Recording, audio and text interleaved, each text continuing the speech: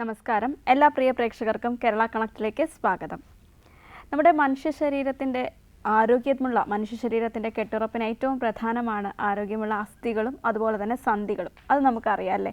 പക്ഷേ ഈ മാറി വരുന്ന ജീവിതശൈലിയിൽ നമുക്ക് ഒട്ടേറെ അസ്ഥി സംബന്ധമായ കഴുത്ത് വേദന, നടുവേദന ഉൾപ്പെടെയുള്ള ഒരുപാട് പ്രശ്നങ്ങളാണ് പ്രായഭേദമന്യേ നമ്മൾ അനുഭവിക്കുന്നത്.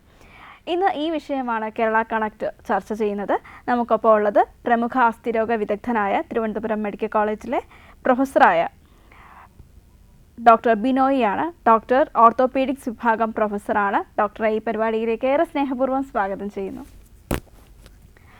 ഡോക്ടർ, ഞാനിവിടെ തുടക്കത്തിൽ സൂചിപ്പിച്ചതുപോലെ ജീവിതശൈലിയിൽ ഒരുപാട് മാറ്റങ്ങൾ വന്നിട്ടുണ്ട്. അപ്പോൾ അതുപോലെ തന്നെ ഇപ്പോൾ ഒരുപാട് പേരും കമ്പ്യൂട്ടർ ഉപയോഗിച്ച് ജോലി ചെയ്യുന്നവരാണ്, അല്ലെങ്കിൽ മൊബൈൽ ഫോൺ ഒരുപാട് അധികം യൂസ് ചെയ്യുന്നവരാണ്. അതിപ്പോൾ സാധാരണക്കാരാണെങ്കിലും അല്ല, പ്രൊഫഷണൽസ് ആണെങ്കിലും ഒക്കെ അത് യൂസ് ചെയ്യുന്നുണ്ട്. അപ്പോൾ ഇത്തരത്തിലുള്ള ഈ ഒരു ഡിജിറ്റൽ യുഗത്തിൽ ഇത്തരം കാര്യങ്ങൾ, അതുപോലെ തന്നെ ഒരുപാട് പേരും ഇരുന്ന് വർക്ക് ചെയ്യുന്നവരാണ്. ഇത്തരത്തിലുള്ള പ്രശ്നങ്ങൾ നമ്മുടെ ജീവിതശൈലി എത്രത്തോളം അസ്ഥിരോഗങ്ങൾക്ക് കാരണമാകുന്നുണ്ട്? വളരെ നല്ല ചോദ്യം. ജീവിതശൈലി രോഗങ്ങൾ പറയുമ്പോഴത്തേക്കും നമുക്കറിയാം, നമ്മുടെ അമ്മൂമ്മമാർ അവരൊക്കെ 70-80 വയസ്സായാലും ഓടി നടക്കുന്ന അമ്മൂമ്മമാരായിരുന്നു. ഇപ്പോഴത്തെ അമ്മൂമ്മമാരെ ആലോചിച്ച് നോക്കി, അവർ പ്രത്യേകിച്ച് ഒരു കാരണവും കൂടാതെ അവർക്ക് രോഗങ്ങൾ വരുന്നു. അപ്പം നമുക്കറിയാം, നമ്മുടെ അമ്മൂമ്മമാരൊക്കെ തറയിലിരുന്ന് തേങ്ങ ചെരുവുന്നു, തറയിലിരുന്ന് ഭക്ഷണം കഴിക്കുന്നു, തറയിലിരുന്ന് നമ്മുടെ ടോയ്ലറ്റ് ചെയ്യുന്നു. അങ്ങനെയൊക്കെ ഇപ്പോൾ ആരെങ്കിലും ചെയ്യുന്നുണ്ടോ? ഇല്ല. എല്ലാം നമ്മൾ ഇവിടെ അടുത്ത വീട്ടിൽ നിന്ന് അടുത്തൊരു സ്ഥലത്തേക്ക് പോകുന്നതിന് തീർച്ചയായിട്ടും നടന്നു പോകാനുള്ള ദൂരത്താണെങ്കിൽ പോലും നമ്മളൊരു ഓട്ടോ പിടിച്ചേ പോവുള്ളൂ. ഇതെല്ലാം കൂടെ അതിൻ്റെ കൂടെ നമ്മുടെ ഭക്ഷണക്രമങ്ങൾ ഇതെല്ലാം കൂടെ ചേരുമ്പോഴത്തേക്കും ജീവിതശൈലിയും എല്ലാം കൂടെ ചേർന്ന് വരുമ്പോഴത്തേക്കും പണ്ട് ഒരു 80 വയസ്സിൽ വരുന്ന രോഗങ്ങൾ 60 വയസ്സിൽ കണ്ടുവരുന്നു. 60 വയസ്സിൽ കാണുന്ന രോഗങ്ങൾ 40 വയസ്സിൽ കണ്ടുവരുന്നു. ഏറ്റവും വലിയ ഉദാഹരണം എന്ന് പറഞ്ഞാൽ നമ്മുടെ കൊച്ചു പെൺകുട്ടികളാണ്. പണ്ട് 13, 14, 15 വയസ്സാകുമ്പോഴത്തേക്കും പ്രായപൂർത്തിയാകുന്ന പെൺകുട്ടികൾ ഇപ്പോൾ 10 വയസ്സിലും 9 വയസ്സിലും പ്രായപൂർത്തിയാകുന്നു. അപ്പോൾ അവർക്ക് ആ 9 വയസ്സിന് മുതലേ ഹോർമോണിൻ്റെ വ്യതിയാനങ്ങൾ ഉണ്ടാവുകയാണ്. ഈ ഹോർമോണിൻ്റെ വ്യതിയാനങ്ങൾ നമ്മുടെ ശരീരത്തിൻ്റെ ജീവിതശൈലിയുമായി ബന്ധപ്പെട്ടതാണ്.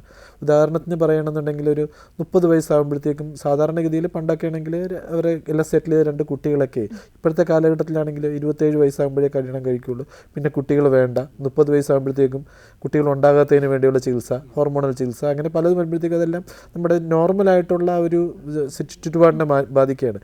ഇത് കൂടാതെ ഇപ്പോൾ തന്നെ ദേഹം അനങ്ങിയുള്ള ജോലി ആരും ചെയ്യാൻ താല്പര്യപ്പെടുന്നില്ല. നേരത്തെ താങ്കൾ പറഞ്ഞതുപോലെ വൈറ്റ് കോളർ ജോലിയിലേക്കാണ് പോകുന്നത്. താങ്കളുടെ ജോലി തന്നെ നോക്കാം. നമ്മൾ രാവിലെ 8 മണിക്ക് ഇവിടെ ഈ സ്റ്റുഡിയോയിൽ വരുന്നു, വൈകുന്നേരം 5 മണിക്ക് പുറത്ത് പോകുന്നു. എവിടെയാണ് താങ്കൾ വെയിൽ കൊള്ളുന്നത്? പിന്നെ കമ്പ്യൂട്ടർ ജോലിയാണെങ്കിൽ പറയും, അവർക്ക് ആഴ്ച 5 ദിവസമേ ജോലിയുള്ളൂ. പക്ഷേ രാവിലെ 9 മണി മുതൽ 6 മണി വരെ അവർ കമ്പ്യൂട്ടറിൻ്റെ ഫ്രണ്ടിൽ തന്നെ ഇരിക്കുകയാണ്. ഒരേപോലെ ഇരിക്കുമ്പോഴത്തേക്കും തീർച്ചയായും നമ്മുടെ അസ്ഥികൾക്കും നമ്മുടെ അസ്ഥികളെ താങ്ങി നിൽക്കുന്ന മസിലുകൾക്കും ഓവർ സ്ട്രെയിൻ ഉണ്ടാകുകയാണ്. അപ്പോൾ അതിനെന്തായാലും നമുക്ക് തേയ്മാനം ഉണ്ടാകും. തേയ്മാനം എന്ന് പറയുമ്പോഴത്തേക്കും അതിന് ആൾക്കാർ പല രീതിയിൽ വ്യാഖ്യാനിക്കപ്പെടുന്നുണ്ട്. എന്താണ് അസുഖം എന്നൊരു മിക്കവാറും ഒരു രോഗി നമ്മുടെ അടുത്ത് വന്ന് ചോദിക്കുമ്പോൾ എന്താ അസുഖം? തേയ്മാനമാണ്. അപ്പോൾ തേയ്മാനം എന്ന് പറയുമ്പോഴത്തേക്കും അതും അസ്ഥി ശോഷണവും തമ്മിൽ വ്യത്യാസമുണ്ട്. തേയ്മാനം എന്ന് പറയുന്നത് നമ്മൾ ഒരു കാര്യം ഒരുപാട് പ്രാവശ്യം ഉപയോഗിക്കുമ്പോൾ ഉണ്ടാകുന്ന പ്രക്രിയയാണ് തേയ്മാനം എന്ന് പറയുന്നത്. മറിച്ച് അസ്ഥി ശോഷണമുണ്ട്. അത് ഞാൻ അടുത്ത ചോദ്യത്തിലേക്ക് വരുമ്പോഴത്തേക്കും പറയാം. ഒരു 30 വയസ്സായി, നേരത്തെ പറഞ്ഞു 30 വയസ്സാകുമ്പോൾ കുട്ടികളുണ്ടാകുന്നില്ല, അപ്പോൾ ഹോർമോണൽ ചികിത്സ എടുക്കുന്നു. അപ്പോൾ അവിടെയും നമുക്ക് സ്വാഭാവികമായിട്ടുണ്ടാകുന്ന ഹോർമോണിന് പകരം വേറെയും പല പ്രക്രിയകളും നടക്കുന്നുണ്ട്. പിന്നെ നമ്മൾ പലവരും കണ്ടിട്ടുണ്ട്, നമ്മുടെ ഇപ്പോഴത്തെ കുട്ടികൾ ഒരു വണ്ണം കൂടുതലാണ്. വണ്ണം കൂടുമ്പോഴത്തേക്കും അവിടെയും ഹോർമോണിൻ്റെ ബാലൻസ് വരുന്നു. അപ്പം അതിനെ ഓസ്റ്റിയോപോറോസിസ് എന്നാണ് അസ്ഥി ശോഷണത്തിന് പറയുന്നത്. അപ്പോൾ അസ്ഥി ശോഷണം വരുന്നത് സാധാരണ ഒരു മെനോപോസൽ, അതായത് നമ്മുടെ ആർത്തവിരാമം വരുമ്പോഴത്തേക്കുമാണ് വരുന്നത്. ഇപ്പോൾ അതിന് പല കാരണങ്ങൾ ചെറുപ്പക്കാരിലും കണ്ടുവരുന്നു. പറയുമ്പോഴത്തേക്കും മോസ്റ്റ് കോമൺ ആയിട്ടുള്ള ഒരു കാരണം പോളിസിസ്റ്റിക് ഓവേറിയൻ ഡിസീസാണ്. അപ്പോൾ അവർക്ക് അമിതമായ വണ്ണം കൊണ്ട് ഇൻസുലിൻ്റെ റെസിസ്റ്റൻസ് വരികയും അവർ അമിതമായ വണ്ണം വയ്ക്കുകയും ചെയ്യുന്നു. അപ്പോൾ അവരുടെ ആർത്തവ പ്രക്രിയ മാറിക്കിടുന്നു. അവിടെ തൈറോയിഡിൻ്റെ ഡിസ്ഫങ്ഷൻ വരുമ്പോഴത്തേക്കും ആർത്തവത്തിൻ്റെ പ്രക്രിയ മാറുന്നു. ഇങ്ങനെയൊക്കെയുള്ളവർക്ക് അസ്ഥിശോഷണം നേരത്തെ ഉണ്ടാവും. അപ്പോൾ അസ്ഥിശോഷണത്തിൻ്റെ കൂടെ അമിതമായ ഉപയോഗം, ഉദാഹരണത്തിന് ഒരുപാട് സമയം ഇരിക്കുന്നു. പണ്ട് നമ്മൾ ഓടി നടന്ന് ജോലി ചെയ്യായിരുന്നു. ഇപ്പോൾ പകരം നമ്മൾ കൂടുതൽ സമയം ഒരു ടിവിയുടെ മുമ്പിൽ പറഞ്ഞാൽ കമ്പ്യൂട്ടറിൻ്റെ ഫ്രണ്ടിൽ ഇരിക്കുന്നു. അപ്പോഴത്തേക്കും ഒരേപോലെ ഇരിക്കുമ്പോഴത്തേക്കും അസ്ഥിശോഷണത്തിൻ്റെ കൂടെ ഒരുപാട് സമയം ഉപയോഗിക്കുമ്പോൾ ഉണ്ടാകുന്ന ആ ഒരു പ്രക്രിയ നമുക്ക് ദോഷം ചെയ്യും. ഡോക്ടർ ഈ പറഞ്ഞതുപോലെ ഇപ്പോൾ നമ്മുടെ ഒരു ജോലിയുടെ രീതിയാണെങ്കിലും, അല്ലെങ്കിൽ ഇപ്പോൾ ഉള്ളവർക്ക് മൊബൈൽ ഒഴിവാക്കുക എന്നുള്ളത് അത്ര എളുപ്പമുള്ള കാര്യമല്ല. അതുപോലെ തന്നെയാണ് IT ജീവനക്കാർക്ക്. അവർക്ക് കമ്പ്യൂട്ടറിൻ്റെ മുന്നിൽ ഇരുന്ന് ജോലി ചെയ്യണം എന്നുള്ളത് അവരുടെ തൊഴിലിൻ്റെ ഭാഗമാണ്. അപ്പോൾ ഇതെങ്ങനെയാണ് നമുക്കൊരു സുരക്ഷിതമായിട്ടുള്ള പോസ്ചറിൽ അല്ലെങ്കിൽ നമുക്ക് നിശ്ചിത ഇടവേളകളിൽ ഇതെങ്ങനെ നമുക്ക് ഈ ഒരു ജോലി നമുക്ക് നമ്മുടെ അസ്ഥികളെ സുരക്ഷിതമായി വെച്ചുകൊണ്ട് ചെയ്യാൻ പറ്റും? Sitting is the new smoking എന്നാണ് ഇപ്പോൾ പറയുന്നത്. ഇപ്പോൾ അധികം നമ്മുടെ ചെറുപ്പക്കാരും തന്നെ അധികം പുകവലി കാണുന്നില്ല. Sitting is the new smoking എന്നാണ് പറയുന്നത്. ഇപ്പോൾ താങ്കൾ പറഞ്ഞതുപോലെ ഒരുപാട് സമയം നമ്മൾ ഒരു കമ്പ്യൂട്ടറിൻ്റെ ഫ്രണ്ടിൽ ഇരിക്കുകയോ അല്ലെങ്കിൽ ഒരു ബാങ്കിലെ ഓഫീസർ കൗണ്ടറിൽ ഇരിക്കുകയോ ചെയ്യണമെങ്കിൽ അത് ആ സ്മോക്കിങ്ങിന് സമമായിട്ടുള്ള ഡാമേജ് ഉണ്ടാക്കുന്നതാണ് പഠനങ്ങൾ സൂചിപ്പിക്കുന്നത്. അത് ഓരോ മണിക്കൂർ കഴിയുമ്പോഴത്തേക്കും നമ്മളൊന്ന് എഴിച്ച് ചുറ്റുവട്ടത്തൊന്ന് നടക്കുക, ഒന്ന് റിലാക്സ് ചെയ്യുക, അത് നടന്നു കഴിഞ്ഞ ശേഷം വന്നിരിക്കുക. അപ്പോഴത്തേക്കും നമ്മുടെ അസ്ഥികളുടെ ശരീരത്തിൽ തന്നെ രക്തഓട്ടം ഒന്ന് നമുക്കൊരു ഉണർവുണ്ടാകും. ഒരേ സമയം ഇരിക്കുമ്പോഴത്തേക്കും നമുക്ക് കുറേ ബ്രെയിൻ ഫെറ്റീഗ് ഉണ്ടാകുന്നു, അതുപോലെ തന്നെയാണ് മസിൽ ഫെറ്റീഗ് ഉണ്ടാകുന്നു. എല്ലാം കൊണ്ട് നമ്മളൊന്ന് ഡൗൺ ആവും. ഒന്ന് പുറത്തിറങ്ങി ഒന്ന് നടന്നിട്ട് വരിക, അതാണ് എനിക്ക് പറയാനുള്ളത്. ഒരു മണിക്കൂറിൽ തന്നെ ഒരു അരമണിക്കൂർ ആകുമ്പോഴത്തേക്കും നമ്മുടെ ശ്രദ്ധ നമുക്ക് മതിയാവും. നമ്മുടെ തലച്ചോറ് പറയും ഫെറ്റീഗ് അടിച്ചു തുടങ്ങി, ഒന്ന് പുറത്തേക്ക് ഇറങ്ങുക, എല്ലാവരുമായിട്ട് ചിരിക്കുക, കാര്യം പറയുക, ഒരു കാപ്പി കുടിക്കണം, അത്യാവശ്യം കുടിക്കുക, അല്ലെങ്കിൽ വെള്ളം കുടിക്കുക, ഒന്ന് നടന്നിട്ടൊക്കെ വന്നിരിക്കുക. അങ്ങനെ വരുമ്പോഴത്തേക്കും അതിന് റിലാക്സേഷൻ. രണ്ടാമത്തെ കാര്യം ഫോൾട്ടി പോസ്ചർ. നേരത്തെ താങ്കൾ സൂചിപ്പിച്ചതുപോലെ കമ്പ്യൂട്ടറിൻ്റെ ഫ്രണ്ടിൽ കൂനിപ്പിടച്ചിരുന്ന് വർക്ക് ചെയ്യുക. അത് കമ്പ്യൂട്ടറിന് ഫ്രണ്ടിൽ ഇരിക്കുന്നത് റിലാക്സ് ചെയ്ത് വർക്ക് ചെയ്യണം എന്നുള്ളതാണ്. നമ്മുടെ നട്ടലിന് വളവുണ്ട്, സ്വാഭാവികമായ വളവുണ്ട്. ആ വളവ് നമ്മൾ മെയിൻറ്റെയിൻ ചെയ്യാനുള്ള ബാക്ക് സപ്പോർട്ട് കൊടുക്കുക. അതായത് ദൂരയാത്ര ചെയ്യുമ്പോഴാണെങ്കിലോ അല്ലെങ്കിൽ ഒരു കമ്പ്യൂട്ടറിൻ്റെ ഫ്രണ്ടിൽ നിന്ന് വർക്ക് ചെയ്യണമെങ്കിലോ നടുവിൻ്റെ ബാക്കിലൊരു പില്ലോ വെക്കുന്നത് നന്നായിരിക്കും. നമ്മുടെ ബാക്കിലെ കശേരുക്കളുടെ വളവ് മെയിൻറ്റെയിൻ ചെയ്ത് പോകേണ്ടത് നല്ലതായിരിക്കും. പിന്നെ ദൂരയാത്ര ഒരു 5-6 മണിക്കൂറൊക്കെ യാത്ര ചെയ്യേണ്ട ഒരു സാഹചര്യം ഉണ്ടെങ്കിൽ ഒരു സോഫ്റ്റ് പില്ലോ, കോളറല്ല പില്ലോ വെക്കുന്നത് നല്ലതാണ്. അപ്പോൾ നമുക്കൊരു ജെർക്ക് വന്നാലും നമുക്കതൊരു സുഖം കിട്ടും. പക്ഷേ ആൾക്കാർ വിചാരിച്ചിരിക്കുന്നത് കോളർ വെക്കുന്നത് എന്തോ ഒരു ഇതെന്നാണ്. പക്ഷേ കോളർ നമുക്ക് എപ്പോഴും ഒരു അസുഖം ഉണ്ടെങ്കിൽ പോലും നമ്മൾ വേദന ഉള്ള സമയങ്ങളിൽ മാത്രമേ കോളർ ഉപയോഗിക്കാവൂ. മറിച്ച് സ്ഥിരമായി കോളർ ഉപയോഗിക്കുന്ന ആൾക്കാരെ കണ്ടിട്ടുണ്ട്. സ്ഥിരമായി സാരിയുടെ പുറത്തും ചുരിദാറിൻ്റെ പുറത്തും ബെൽറ്റ് ഇട്ടുകൊണ്ട് നടക്കുന്ന ആൾക്കാരെയൊക്കെ, പാൻറ്റിൻ്റെ പുറത്തും ബെൽറ്റ് ഇട്ടുകൊണ്ട് നടക്കുന്ന ആൾക്കാരെ കാണുന്നുണ്ട്. പക്ഷേ സ്ഥിരമായി ഉപയോഗിക്കുമ്പോഴത്തേക്ക് എന്താ സംഭവിക്കുന്നത്, നമ്മുടെ മസിൽസിനെ സബ്സ്റ്റിറ്റ്യൂട്ട് ചെയ്യുന്നതാണ് ഈ ബെൽറ്റ്. അപ്പോഴത്തേക്കും മസിലുകൾ ഉപയോഗിക്കാതിരിക്കുമ്പോഴത്തേക്കും നമ്മൾ ഒരു വസ്തു ഉപയോഗിക്കാതിരിക്കുമ്പോൾ തുരുമ്പിച്ച് പോകുന്നതുപോലെ മസിലിനും ബലക്കുറവുണ്ടാവും. അതുകൊണ്ട് വേദന ഉള്ളപ്പോൾ നമ്മുടെ കാലിലൊരു പ്ലാസ്റ്റർ ഇടുന്നത് പോലെ മാത്രമേ ഈ കോളറും ബെൽറ്റും ഒക്കെ ഉപയോഗിക്കാവൂ. ഓക്കെ സാർ, നമുക്കൊരു കോളർ വെയിറ്റിംഗ് ആണ്. ഹലോ, നമസ്കാരം. കേരള കണക്റ്റിലേക്ക് സ്വാഗതം. ഡോക്ടറോട് സംശയം ചോദിച്ചോളൂ. ഡോക്ടറെ നമസ്കാരം. എനിക്ക് 2 കാര്യം ചോദിക്കാനുണ്ട്. ഒന്ന്, നമുക്ക് ഈ അമിത ഷുഗർ ഉള്ള വ്യക്തികൾക്ക് ഈ കാലിലെ ഉപ്പൂറ്റിയിലൊക്കെ ഉണ്ടാകുന്ന വേദന അത് അസ്ഥിയെ ബാധിക്കുമ്പോഴാണ് വരുന്നത്, അതിന് മുൻപാണ് വരുന്നത്? രണ്ടാമത്തെ കേസ്, ഈ നമ്മുടെ കാലില് ഈ പ്ലേറ്റ് ഒക്കെ ഇടുമല്ലോ, അതപ്പം പണ്ട് ഇട്ടിരുന്നത്, അപ്പൊ എന്റെ കേസിൽ പണ്ട് അത് മാറ്റണം, നീക്കം ചെയ്യണം എന്ന് പറഞ്ഞിട്ടാണ്. പക്ഷെ എനിക്കത് നീക്കം ചെയ്യാനായിട്ട് സാധിച്ചിട്ടില്ല. ഇപ്പൊ അത് തന്നെ കിടക്കുന്നത് കൊണ്ട് എന്തെങ്കിലും സാങ്കേതികപരമായിട്ട് ബുദ്ധിമുട്ടുണ്ടോ? ഭാവിയിൽ എന്തെങ്കിലും, ഇപ്പൊ ഒരു 4 വർഷത്തോളം കഴിഞ്ഞു, ഇനി ഫ്യൂച്ചറിൽ എന്തെങ്കിലും ബുദ്ധിമുട്ടുണ്ടാവാനുള്ള സാധ്യത ഉണ്ടോ എന്നുള്ള കാര്യം? ആദ്യത്തെ ചോദ്യത്തിലേക്ക് വരാം. ഡയബറ്റീസ് ഉള്ള ആൾക്കാർക്ക് 2 പ്രശ്നങ്ങളാണ് ഒന്നുള്ളത്. ഒന്ന്, കാലിൽ നമുക്ക് സ്പർശനശേഷി കുറയും, കാലിലേക്കുള്ള രക്തഓട്ടം കുറയും. ഈ സ്പർശനശേഷി കുറയുകയും രക്തഓട്ടം കുറയുമ്പോഴേക്കും നമ്മുടെ കാലിലെ മസിൽസ് വീക്കാവും. കാലിൻ്റെ ഉപ്പൂറ്റിയുടെ അടിയിലുള്ള കൊഴുപ്പും പോവും. ആ സമയത്ത് എന്താ സംഭവിക്കുക എന്ന് പറഞ്ഞാൽ, ചെറിയൊരു തട്ടോ എന്തെങ്കിലും കിട്ടിക്കഴിഞ്ഞാൽ അവിടെ ചെറിയ വ്രണം ഉണ്ടാകാൻ സാധ്യതയുണ്ട്. ആ വ്രണം അതങ്ങ് സ്പ്രെഡ് ആകാനുള്ള സാധ്യതയുണ്ട്. അപ്പോൾ കൃത്യമായ ഡയബറ്റിക് കൺട്രോളാണ് അതിന് ഏറ്റവും അഭികാമ്യമായിട്ടുള്ള ചികിത്സ. പിന്നെ നമ്മൾ കൃത്യമായി പറയും, നമ്മൾ ഈ കാലിൽ സ്പർശനശേഷി കുറഞ്ഞിട്ടുള്ളവർ ചെരുപ്പ് എപ്പോഴും ഉപയോഗിക്കണം. ചെരുപ്പ് എന്ന് പറയുമ്പോഴത്തേക്കും നമ്മൾ പലതരത്തിൽ ചെരുപ്പുകളെ പറ്റി പറയുന്നുണ്ട്. അതൊന്നും ആവശ്യമില്ല. സാധാരണ നമ്മൾ ഉപയോഗിക്കുന്ന റബ്ബർ ചെരുപ്പുകളായാലും മതി. അത് ത്രൂ ഔട്ട് 24 മണിക്കൂർ കിടക്കുന്ന സമയം ഒഴിച്ച് ബാക്കി എല്ലാ സമയവും ചെരുപ്പ് ഉപയോഗിക്കുക. കാരണം അത് ഒരു സ്പർശനശേഷി ഇല്ലാത്ത ഡയബറ്റിക് ആയിട്ടുള്ള ഒരാളുടെ കാലിൽ ഒരു തട്ട് കിട്ടിക്കഴിഞ്ഞാൽ ഉപ്പൂറ്റി വേദന വരും. അതിന് ഉപ്പൂറ്റി വേദന വരാൻ വേറെയും പല കാരണങ്ങളുണ്ട്. അത് നേരത്തെ ഞാൻ സൂചിപ്പിച്ചതുപോലെ അസ്ഥികൾക്ക് ബലക്കുറവുണ്ടാകുമ്പോൾ, അസ്ഥികളെന്ന് പറയുമ്പോഴത്തേക്കും നമുക്ക് ചുടുകട്ട പോലത്തെ അസ്ഥിയാണ് നമ്മുടെ കാലിലുള്ളത്. ഒരു ചുടുകട്ടയ്ക്ക് ഒരു പൊട്ടിക്കഴിഞ്ഞാൽ ഒരിക്കലും നമുക്കതിനെ പഴയ നിലയിലാക്കാൻ സാധിക്കും. അതിൽ ചുടുകട്ടയ്ക്ക് ചെറിയ ചെറിയ ക്രാക്സ് വരും. അതാണ് ഈ വേദനയുടെ ഒരു കാര്യം. അങ്ങനെയുള്ളവർക്ക് കാൽസ്യവും വൈറ്റമിൻ D3 സപ്ലിമെൻറ്റേഷനുമാണ് ഞങ്ങൾ സാധാരണ കൊടുക്കുക. പിന്നെ സ്ട്രെച്ചിങ് എക്സസൈസ് ഉണ്ട് കാലിന്. അതൊക്കെ ചെയ്യുമ്പോഴത്തേക്കും സാധാരണഗതിയിൽ ഉപ്പൂറ്റി വേദന മാറാറുണ്ട്. പിന്നെ രാത്രി കിടക്കുന്നതിന് മുമ്പ് 10 മിനിറ്റ് ചൂടുവെള്ളത്തിനകത്തും 10 മിനിറ്റ് തണുത്ത വെള്ളത്തിനകത്തും കാല് മുക്കി വെച്ചിട്ട് കിടക്കുന്നത് നന്നായിരിക്കും. രണ്ടാമത്തെ ചോദ്യം പ്ലേറ്റിൻ്റെ കാര്യം. ആ പ്ലേറ്റ് ഇടുന്നതെന്ന് പറഞ്ഞാൽ, നമുക്ക് അസ്ഥി പൊട്ടിക്കഴിഞ്ഞാൽ നമുക്ക് അത് ചേർക്കാനായിട്ട് മിക്കവാറും ഇപ്പോൾ എല്ലാവരും തന്നെ, കാരണം പ്ലേറ്റും നെയിലും ഒക്കെ ഇട്ട് കഴിഞ്ഞാൽ നേരത്തെ നമുക്ക് രോഗിയെ ഒരു എല്ലൊടിഞ്ഞു കഴിഞ്ഞാൽ പ്ലാസ്റ്റർ ഇടുകയാണെന്നുണ്ടെങ്കിൽ കുറേ നാൾ, ഒരു 3 മുതൽ 4 മാസം വരെ പ്ലാസ്റ്റർ ഇടേണ്ടി വരും. കമ്പി ഇട്ട് കഴിഞ്ഞാൽ നമുക്ക് മറ്റ് പ്രശ്നങ്ങളൊന്നും ഇല്ലെങ്കിൽ ഒരു 6 ആഴ്ച കൊണ്ട് തന്നെ നമുക്ക് രോഗിക്ക് നടക്കാനൊക്കെ പറ്റും. ഈ കമ്പി എടുക്കണോ വേണ്ടേ എന്നുള്ളൊരു ചോദ്യമാണ് താങ്കൾ ചോദിച്ചത്. ഇപ്പോൾ ഞാനൊരു മെഡിക്കൽ കോളേജിലെ ഒരു ഡോക്ടറാണ് എന്നതിൽ ആ രീതിയിലുള്ള ആൻസർ പറയാം. സാധാരണഗതിയിൽ 2 തരം കമ്പികളുണ്ട്. ഒന്ന് ടൈറ്റാനിയം ഉണ്ട്, 2 സ്റ്റെയിൻലെസ് സ്റ്റീലിൻ്റെ കമ്പികളുണ്ട്. ഇത് 2 നമ്മുടെ ബോഡിക്ക് കമ്പാറ്റബിൾ ആയിട്ടുള്ളതാണ്. ഇത് സ്റ്റെയിൻലെസ് സ്റ്റീൽ ആയിട്ടുള്ളത് കൊണ്ട് അതാണെങ്കിൽ നമ്മൾ സാറിന് എടുക്കണമെന്ന് പറയും. ടൈറ്റാനിയം കമ്പിയാണ് ഇട്ടുണ്ടെങ്കിൽ എടുക്കണ്ടെന്ന് പറയും. കാരണം നമുക്ക് ഭാവിയിൽ ഇത് ഇടുന്നത് കൊണ്ട് യാതൊരു കുഴപ്പവും ഉണ്ടാകുന്നില്ല, ഈ കമ്പി അകത്ത് കിടക്കുന്നത് കൊണ്ട്. അതുകൊണ്ട് ഒരേ ഒരു പ്രശ്നം ഉണ്ടെന്ന് പറഞ്ഞാൽ, പണ്ടാണെങ്കിൽ ഈ സ്റ്റെയിൻലെസ് സ്റ്റീൽ അകത്ത് കമ്പി ഇട്ട് കഴിഞ്ഞാൽ ഒരു MRI സ്കാൻ എടുക്കാൻ ബുദ്ധിമുട്ടുണ്ട്. ഇപ്പോഴാണെങ്കിൽ പുതിയ സാങ്കേതിക വിദ്യയൊക്കെ വന്നിട്ടുണ്ട്. സ്റ്റെയിൻലെസ് സ്റ്റീൽ ഇട്ടിരുന്നതാണ് നമുക്ക് സ്കാൻ ചെയ്യാൻ പറ്റുന്ന പുതിയ സാങ്കേതിക വിദ്യയൊക്കെ വന്നിട്ടുണ്ട്. ഇത് എടുക്കുന്നത് എപ്പോൾ, എന്തിന്? കൊച്ചു കുട്ടികൾ നമ്മൾ സാധാരണ ഈ കമ്പിയൊക്കെ ഇട്ടാൽ സാധാരണ നമ്മൾ എടുത്ത് കൊടുക്കാറുണ്ട്. കാരണം അവർക്ക് ഇനിയും വളർച്ചയുണ്ട്, അവർക്ക് ഇനിയും ഒരു ആക്സിഡൻറ്റ് വരാനുള്ള സാധ്യത, അങ്ങനെ മുന്നിൽ കണ്ട് എടുത്ത് കൊടുക്കാറുണ്ട്. എന്നാൽ പ്രായമായ ഒരാൾക്ക് അല്ലെങ്കിൽ ഒരു 10, 40, 50 വയസ്സിന് ശേഷമുള്ള ആൾക്കാർക്ക് നമ്മൾ സാധാരണഗതിയിൽ ഈ കമ്പി നമ്മൾ എടുക്കാറില്ല. കാരണം ഞങ്ങളെ സംബന്ധിച്ചോളം പറയുകയാണെന്നുണ്ടെങ്കിൽ ഒരുപാട് രോഗികൾ അവിടെ ആക്സിഡൻ്റ് ആയിട്ട് കമ്പി ഇടാൻ കിടക്കുകയാണ്. അത് ഒന്നാമത്തെ കാര്യം. അപ്പോൾ ഒരു അനസ്തീഷ്യ ലഭിക്കുകയാണെന്നുണ്ടെങ്കിൽ നമ്മളത് അവർക്കേ കൊടുക്കത്തുള്ളൂ കമ്പി ഇടാൻ. രണ്ടാമത്തെ കാര്യം എന്ന് പറഞ്ഞാൽ, കമ്പി എടുക്കുമ്പോഴത്തേക്കും നമുക്ക് കമ്പിക്കകത്ത് നിന്ന് നമ്മൾ കമ്പി ഒരു എല്ലിൽ നിന്ന് എടുക്കുമ്പോഴത്തേക്കും അവിടെ സുഷിരങ്ങളുണ്ടാവും. ആ സുഷിരങ്ങൾ നികന്ന് വരാൻ ഒരു 3 മുതൽ 4 മാസം വരെ എടുക്കും. അതിനിടയ്ക്ക് ചെറിയൊരു തട്ട് കിട്ടിയാൽ പോലും ഒടിയാൻ സാധ്യതയുണ്ട്. പിന്നെ കമ്പി എടുക്കുന്നുണ്ട് 2 കണ്ടീഷനാണ് എടുക്കാറുള്ളത്. ഒന്ന്, ഈ കമ്പി കൊണ്ട് രോഗിക്ക് എന്തെങ്കിലും ബുദ്ധിമുട്ടുണ്ടാകുക, മാനസികമായ ബുദ്ധിമുട്ടല്ല, അല്ലാതെ ബുദ്ധിമുട്ടുണ്ടാകുക, പഴുക്കുക, അങ്ങനെ എന്തെങ്കിലും ഉണ്ടെങ്കിൽ നമ്മൾ കമ്പി എടുത്തു കൊടുക്കും. പിന്നെ 4 വർഷം കഴിഞ്ഞ ഒരു കമ്പി എടുക്കുകയാണെങ്കിൽ അതിൻ്റെതായ ബുദ്ധിമുട്ടുണ്ട്. ഈ കമ്പിയുടെ പുറത്ത് അസ്ഥി വളരും. അസ്ഥി വളരുമ്പോഴത്തേക്കും നമുക്ക് അസ്ഥി പൊട്ടിച്ചിട്ടേ എടുക്കാൻ പറ്റുള്ളൂ.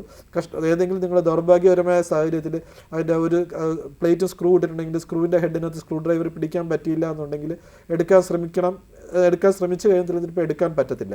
അങ്ങനെ വരുമ്പോഴത്തേക്കും എടുക്കണമെന്നുള്ളത് നമ്മുടെ ഈഗോ ഹേർട്ടാവും. നമ്മൾ എങ്ങനെയും എടുത്തു കഴിഞ്ഞാൽ അസ്ഥി ഓടിയും. അപ്പോൾ ആ ഒരു റിസ്ക് നമ്മൾ പറഞ്ഞിട്ട് മാത്രമേ നമ്മൾ ഈ അകത്തിട്ട ഇംപ്ലാന്റ് എടുക്കാറുള്ളൂ. താങ്കളുടെ ചോദ്യത്തിനുള്ള മറുപടി കിട്ടിയെന്ന് വിശ്വസിക്കുന്നു. Okay, thanks for calling. Doctor, നമുക്ക് കണ്ടിന്യൂ ചെയ്യാം. ഡോക്ടർ, ഇപ്പോൾ ഈ ഒരു ക്വസ്റ്റ്യനിൽ പറഞ്ഞതുപോലെ ഈ ഒരു പ്രേക്ഷകൻ ചോദിച്ച സംശയമായിട്ട് ബന്ധപ്പെട്ട് പറയുകയാണെങ്കിൽ, ഈ ഷുഗർ ഉള്ളവർക്ക് അല്ലെ ഡയബറ്റിക് ആയിട്ടുള്ള പേഷ്യൻസിന് ഇത്തരത്തിൽ ഈ പറഞ്ഞ പോലെ തേയ്മാനമൊക്കെ ഉണ്ടാകും എന്ന് പറയാറുണ്ട്. ഇതിൽ എത്രത്തോളം സത്യമുണ്ട്, അത് എത്രത്തോളം പ്രശ്നമാണ്, അവരെന്തൊക്കെയാണ് ശ്രദ്ധിക്കേണ്ടത്? ഈ ഡയബറ്റിസ് തന്നെ ഒരു അസ്ഥിശോഷണം ഉണ്ടാക്കാറുണ്ട്. അങ്ങനെ ഉള്ളവർക്ക് ഇതുപോലെ ഒരു എല്ല് ഒടിയുകയാണെങ്കിൽ നമുക്കത് മുറിവ് പഴുക്കാനുള്ളൊരു സാധ്യതയുണ്ട്. അപ്പം നമുക്ക് ചെയ്യാൻ പറ്റുന്ന പറഞ്ഞാൽ കൃത്യമായി ഡയബറ്റീസ് കൺട്രോൾ ചെയ്യുക എന്നുള്ളതാണ് അതിനകത്ത് പരമമായ ഒരു ദൗത്യം. അത് ആ ഡയബറ്റീസിൻ്റെ സിംറ്റംസ് ആദ്യമേ കണ്ടാൽ തന്നെ നമ്മളായിട്ട് ടെസ്റ്റ് ചെയ്ത് ഗുളിക സ്റ്റാർട്ട് ചെയ്യുക, അല്ലെങ്കിൽ ഇൻസുലിൻ കഴിക്കുക, ഇൻസുലിൻ എടുക്കുക. 2, നമുക്കിപ്പം റിവേഴ്സൽ ഓഫ് ഡയബറ്റീസ് എന്നൊരു സംഭവം ഇപ്പം പോപ്പുലറൈസ് ചെയ്ത് വന്നിട്ടുണ്ട്. അത് സയൻറ്റിഫിക്കലി പ്രൂവൺ ആണ്. നമുക്ക് ബേസിക്കലി 2 തരം ഡയബറ്റീസ് ആണുള്ളത്, ടൈപ്പ് 1 ടൈപ്പ് 2.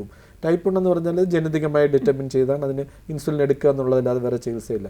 ടൈപ്പ് 2 എന്ന് പറഞ്ഞാൽ വണ്ണമുള്ള ആൾക്കാരിൽ വരുന്ന ഒരു ഡയബറ്റീസ്, അങ്ങനെ വരുന്ന അഡൽട്ട്സിൽ വരുന്ന ഡയബറ്റീസ് ആണ്.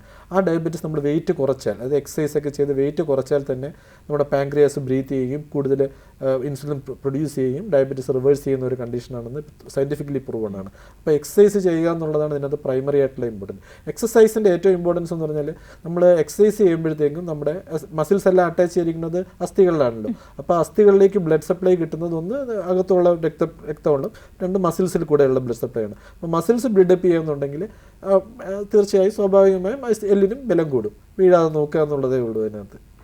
ഡോക്ടർ തുടക്കത്തിൽ സൂചിപ്പിച്ചിട്ടുണ്ടല്ലോ, അസ്ഥി ശോഷണത്തിനെ പറ്റി പറഞ്ഞു, തേയ്മാനത്തിനെ പറ്റി പറഞ്ഞു. അപ്പോൾ ഇതുപോലെ തന്നെയാണ് പറയാനുള്ള വാദം. അപ്പോൾ ഇതൊക്കെ തമ്മിലുള്ള വ്യത്യാസം എന്താണ് ഡോക്ടർ?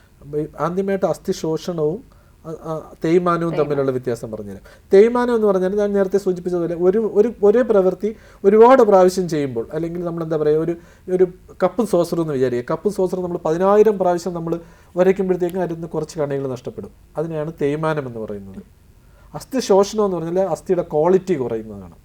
ആ ക്വാളിറ്റി കുറയുന്നത് സാധാരണഗതിയിൽ ഒരു പ്രായം കഴിയുമ്പോഴത്തേക്കുമാണ്. പക്ഷേ ഏത് പ്രായത്തിലും അത് അസ്ഥിശോഷണം ഇപ്പോൾ കണ്ടുവരുന്നു. അപ്പം കുട്ടികളിൽ കണ്ടുവരുന്നു, സ്ത്രീകളിൽ കണ്ടുവരുന്നു, 30 വയസ്സായ സ്ത്രീകളിൽ കണ്ടുവരുന്നു, 40 വയസ്സായ സ്ത്രീകളിൽ കണ്ടുവരുന്നു, 50 വയസ്സിൽ കണ്ടുവരുന്നു. 50 വയസ്സാകുമ്പോൾ ആർത്തവ വിരാമം വരുമ്പോഴത്തേക്കും സ്വാഭാവികമായും അത് ആക്സിലറേറ്റഡ് ബോൺ ലോസ് എന്ന് പറയും. അപ്പോൾ എല്ലാ പ്രായത്തിലും നമുക്ക് ഇതിന് അസ്ഥി ശോഷണം എന്നാണ് പറയുന്നത്. 2 തരമുണ്ട്. ഒന്ന് ടൈപ്പ് 1 ടൈപ്പ് 2. ടൈപ്പ് 1 എന്ന് പറഞ്ഞാൽ പോസ്റ്റ് മെനോപോസൽ, ആർത്തവ വിരാമം. 2 സെനൈൽ, പ്രായം ആകുന്നതിൻ്റെ. സ്ത്രീകളിൽ ഈ ആർത്തവ വിരാമവും പ്രായമാകുന്നത് ഒരുമിച്ച് നടക്കുന്നതുകൊണ്ട് അവർക്ക് ആക്സിലറേറ്ററായിട്ട് ഇതുണ്ടാകുന്നു. പിന്നെയുള്ളത് ചെറുപ്പക്കാരിൽ കാണുന്നത് അതിന് സെക്കൻഡറി ഓസ്റ്റിയോപോറോസ് ഒരു കാരണമുണ്ടെങ്കിൽ, ഉദാഹരണത്തിന് അവർ ഒരു എന്തെങ്കിലും പ്രത്യേക മരുന്നുകൾ ഇങ്ങനെ ജെന്നിക്കുള്ള മരുന്ന് കഴിക്കുന്നവർക്ക്, അല്ലെങ്കിൽ ഹെപ്പാരിൻ എടുക്കുന്നവർക്ക്, അങ്ങനെ കുറേ മരുന്നുകളുണ്ട്. ആ മരുന്ന് കഴിക്കുന്നവർക്ക് വരാം.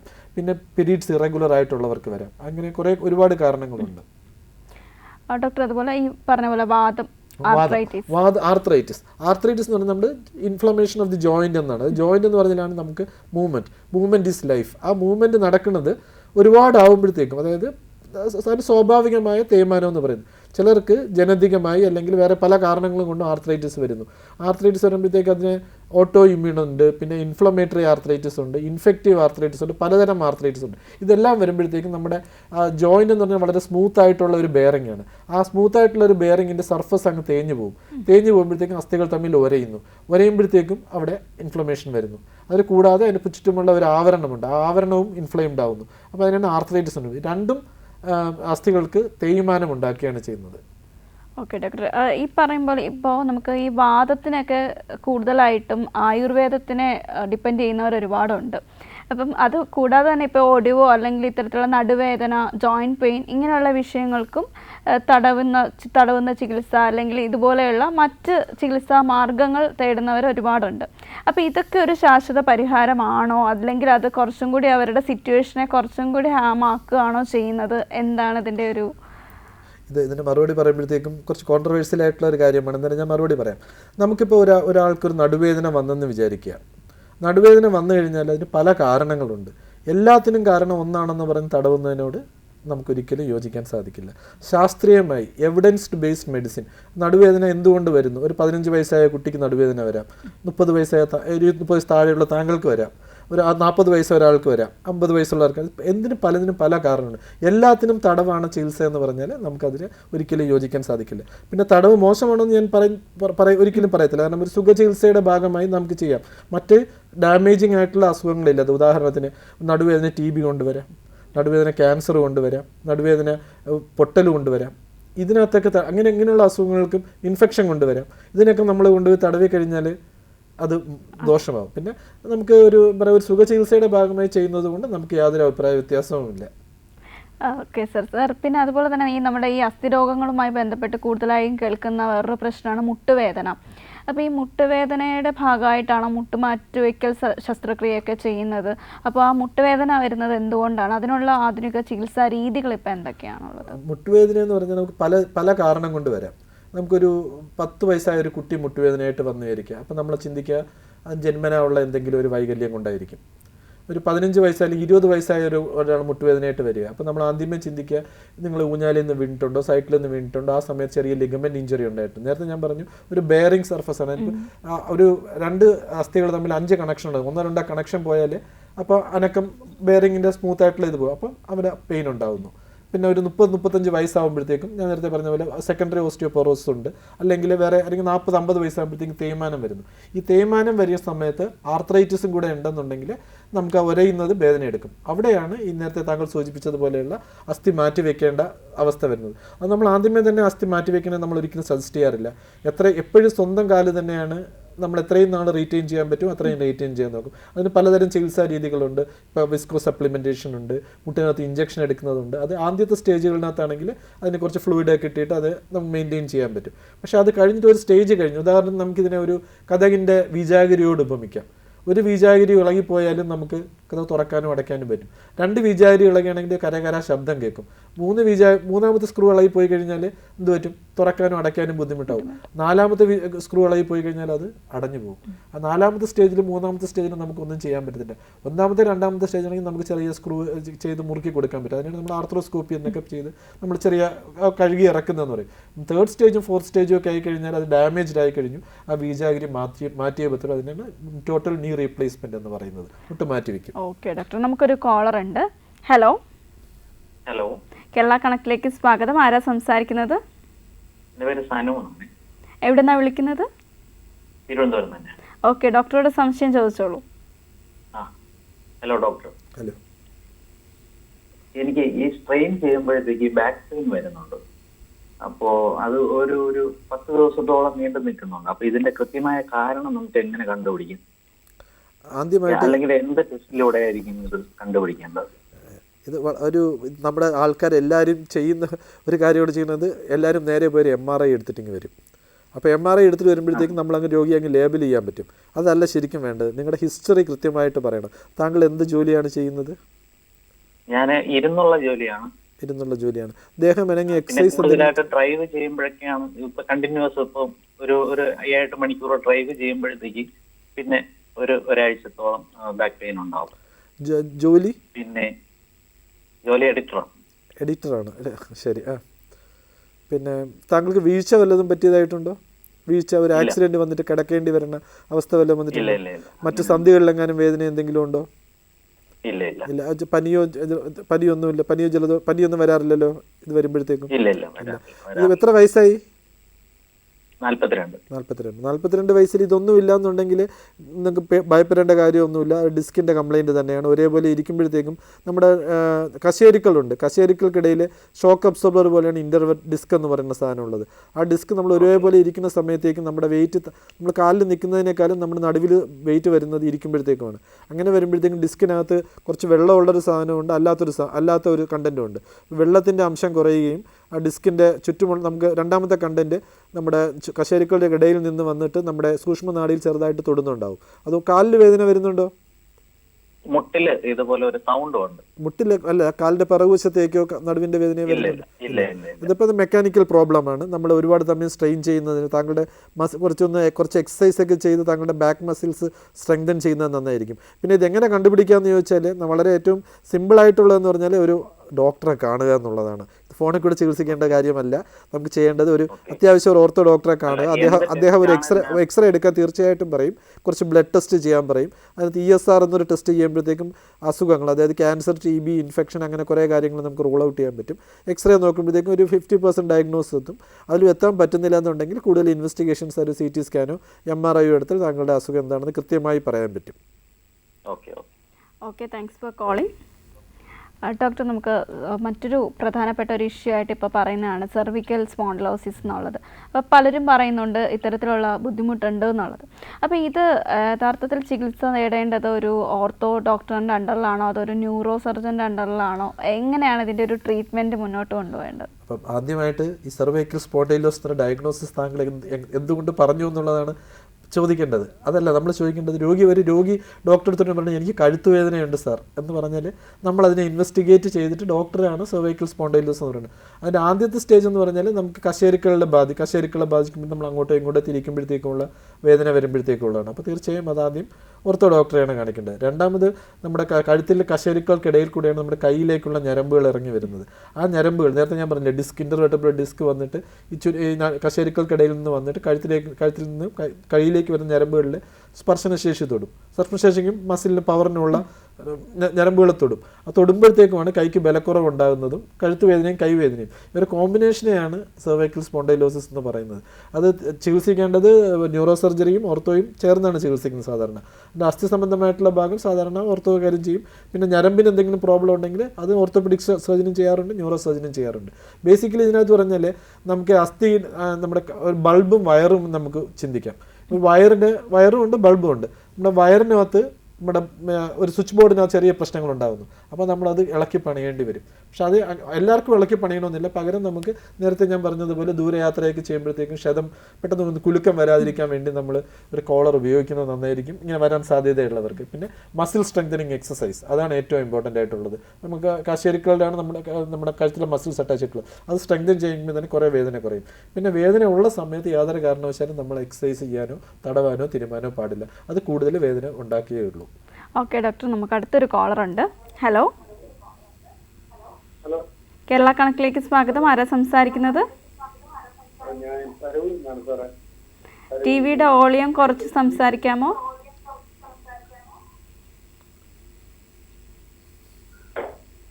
ഹലോ, കുറച്ചുകൂടി ഉറക്കെ സംസാരിച്ചോളൂ, കേൾക്കാം.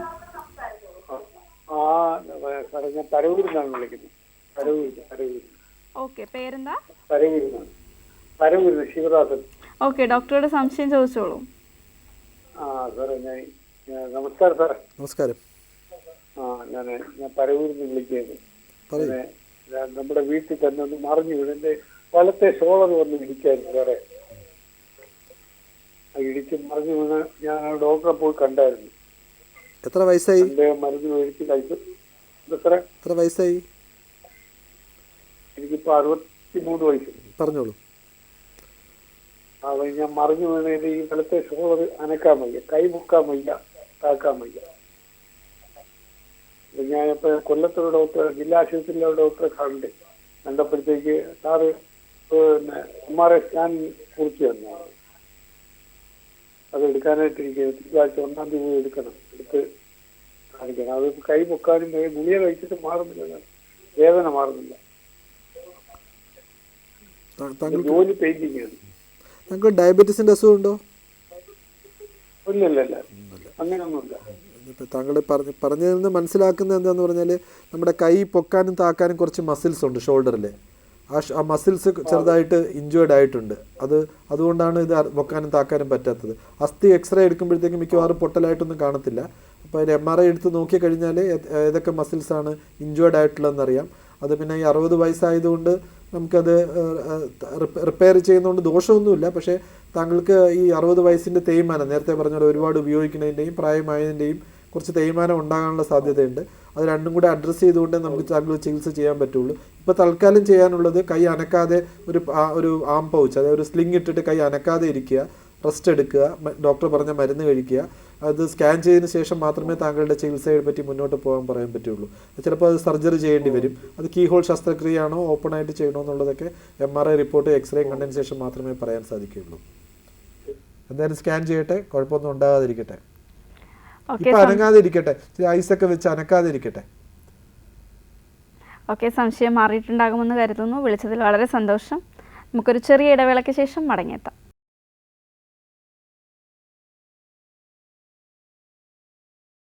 കേരള കണക്റ്റിലേക്ക് എല്ലാ പ്രിയ പ്രേക്ഷകർക്കും ഒരിക്കൽ കൂടി സ്വാഗതം. അസ്ഥിരോഗങ്ങളും ശാശ്വത പരിഹാരങ്ങളും എന്ന വിഷയമാണ് നമ്മൾ ഇന്ന് ചർച്ച ചെയ്തുകൊണ്ടിരിക്കുന്നത്. നമുക്കൊപ്പമുള്ളത് പ്രമുഖ അസ്ഥിരോഗ വിദഗ്ധനായ ഡോക്ടർ ബിനോയിയാണ്. Sir, welcome once again. Sir, ഈ പറഞ്ഞ പോലെ മറ്റൊരു പ്രധാനപ്പെട്ട കാര്യമാണല്ലോ ഈ സ്ത്രീകളിലെ ആർത്തവ വിരാമത്തിന് ശേഷമുള്ള ഈ അസ്ഥി ക്ഷയിക്കുമെന്ന് പറയുന്നത്. അപ്പോൾ ഇതെന്തുകൊണ്ടാണ് ഇങ്ങനെ സംഭവിക്കുന്നത്? സ്ത്രീകളിൽ ഈ ഒരു അസ്ഥിക്ഷയം സംഭവിക്കുന്നത് എന്തുകൊണ്ടാണ്? ഞാൻ നേരത്തെ പറഞ്ഞു, ആർത്തവം ഉണ്ടാകുന്നതിനാണ് പ്രായപൂർത്തിയാകുന്നതെന്ന് പറയുന്നത്. സ്ത്രീകൾക്ക് ഈസ്ട്രജനും പ്രൊജസ്ട്രോണും ആവശ്യത്തിനാകുകയും ആ സമയത്താണ് ആർത്തവം ഉണ്ടാകുന്നത്. ഈ ആർത്തവം ഉള്ളിടത്തോളം കാലം സ്ത്രീകൾ പ്രൊട്ടക്റ്റഡ് ആണ് ഈ അസ്ഥിശോഷണത്തിൽ നിന്ന്. എപ്പോൾ ഈ ഹോർമോണിൻ്റെ അളവ് കുറയുന്നു അപ്പോൾ അതിന് പെരിമെനോപോസൽ സ്റ്റേജ് എന്ന് പറയുന്നത് 50 വയസ്സാകുമ്പോഴത്തേക്കും. 50 വയസ്സ് കഴിയുമ്പോഴത്തേക്കും അത് ആ ഹോർമോണിൻ്റെ അളവ് കുറയുന്ന സമയത്താണ് ആർത്തവം നിൽക്കുന്നത്. പിന്നെ അവർക്ക് കാൽസ്യത്തിൻ്റെ അളവ് ശരീരത്തിനകത്ത് അസ്ഥി ശോഷണം ഉണ്ടായിക്കൊണ്ടിരിക്കുകയാണ്. 70 വയസ്സാകുമ്പോഴത്തേക്കും പിന്നെ അങ്ങോട്ട് പ്രായം കൂടുന്നതനുസരിച്ച് കൂടുതൽ ശോഷണം ഉണ്ടാകുകയും അസ്ഥിക്കകത്തുള്ള, അതായത് ഒരു കോൺക്രീറ്റ് തൂണിനകത്തുള്ള കോൺക്രീറ്റ് മുഴുവൻ നഷ്ടപ്പെടുന്നു, കമ്പി തെളിഞ്ഞു വരും, പിന്നെ കമ്പി ദ്രവിക്കുന്നു, കമ്പി പൊട്ടുന്നു.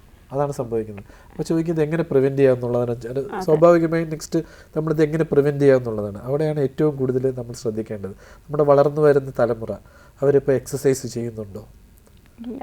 എക്സസൈസ് നമ്മളിപ്പം അവർ രാവിലെ 7 മണിക്ക് 8 മണിക്ക് വലിയ ബാഗും തൂക്കി സ്കൂളിൽ പോകുന്നു, 10ാം ക്ലാസ് ആവുന്നു, പിന്നെ എൻട്രൻസിന് 2-3 വർഷം ജയിലിൽ ഇടുന്നു, പിന്നെ അവർ റിലീസ് ഫിനോമിനൻ, പിന്നെ അവർ 5 വർഷം പഠിക്കുന്നു, പിന്നെ അവർക്ക് ജോലി കിട്ടുന്നു, എവിടെ സോഫ്റ്റ്വെയർ കിട്ടുന്നു, അല്ലെങ്കിൽ എവിടെയെങ്കിലും ജോലി കിട്ടുന്നു.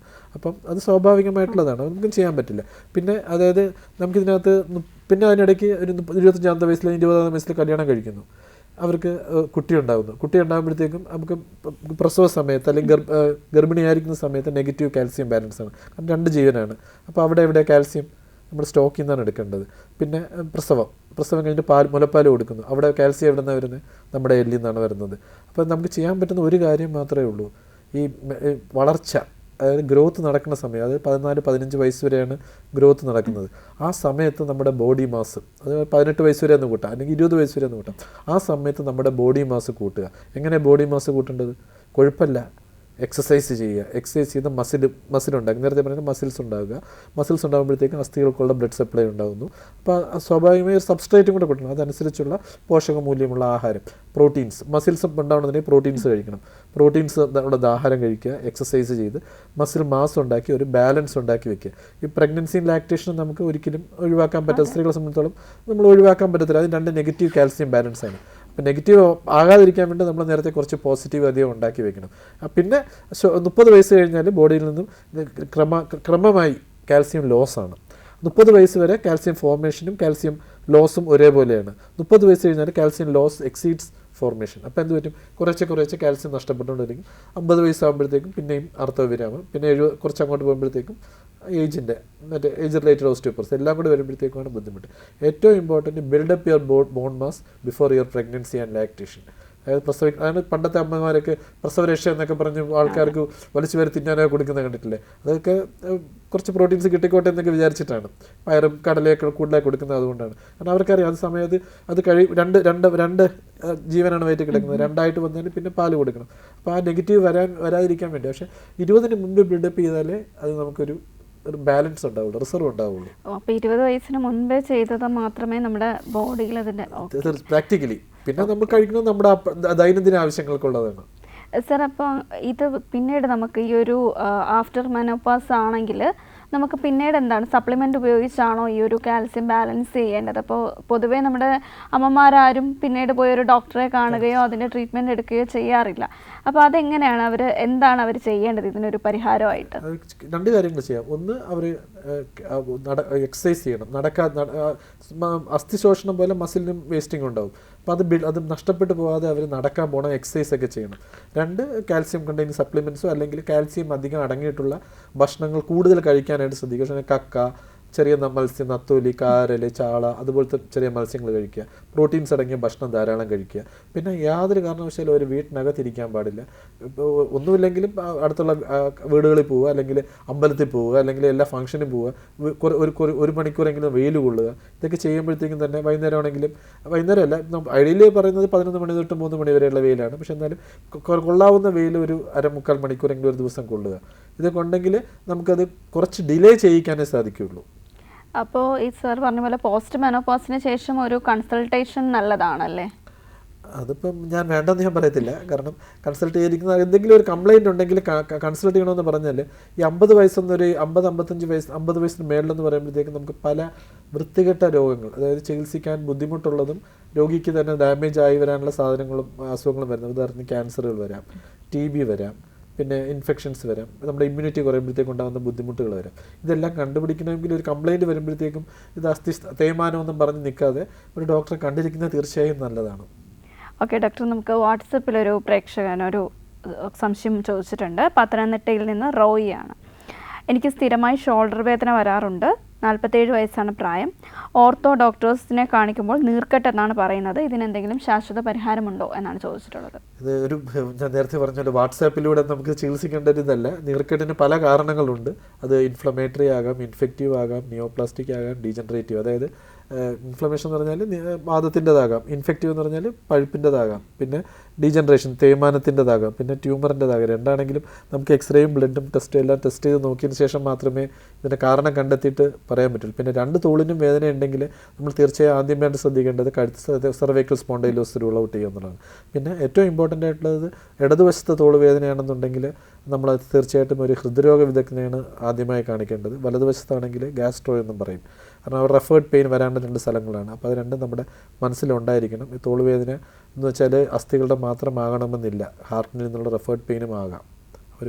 അത് ഷോൾഡർ ഇത്രയും പേരെ കാണിച്ച സ്ഥിതിക്ക് ഒരു കാർഡിയോളജിസ്റ്റിനെ ഫിസിഷ്യനെ കാണിക്കുന്നതുകൊണ്ട് ദോഷമില്ല.